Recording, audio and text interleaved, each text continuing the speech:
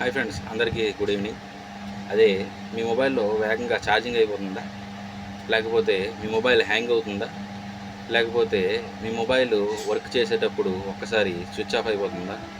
మీ mobile ఏమైనా important work కానీ, important message కానీ ఏదైనా సెండ్ చేసేటప్పుడు మధ్యలో బ్లింక్ అవ్వడం కానీ అలాంటివి ఏమైనా జరుగుతున్నాయా? అయితే ఈ షాట్ మీకోసం. ఖచ్చితంగా మీకు తెలిసిన వాళ్ళకి షేర్ చేయండి. ఏంటంటే చాలామంది మొబైల్లో ఇలా జరగడానికి కారణం ఏంటంటే నాన్ స్టాప్‌గా నెట్ ఆన్‌లో పెట్టడం, అదేవిధంగా ఛార్జింగ్ 60% కన్నా తక్కువ ఉండకపోయినా కూడా పదే పదే ఛార్జింగ్ పెట్టడం. ఇంకో పాయింట్ ఏంటంటే పాయింట్ నెంబర్ 3 ఏంటంటే ఛార్జింగ్ అనేది పూర్తిగా మొబైల్‌లో అయిపోయేంత వరకు ఛార్జింగ్ పెట్టకుండా ఉండడం.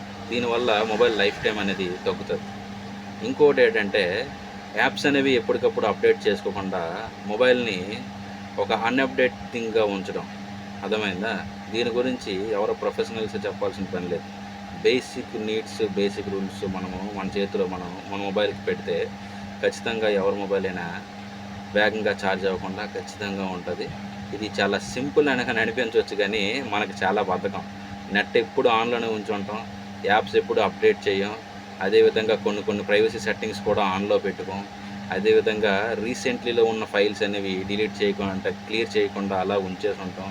నెక్స్ట్ ఇంకోటేంటంటే, ఛార్జింగ్ ఉన్నప్పటికీ కూడా కొన్నిసార్లు పదే పదే ఛార్జింగ్ పెట్టినోళ్ళున్నారు.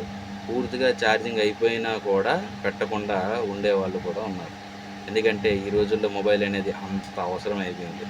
ఖచ్చితంగా మీకు ఉపయోగపడితే రీల్ షేర్ చేయండి. Thank you for watching.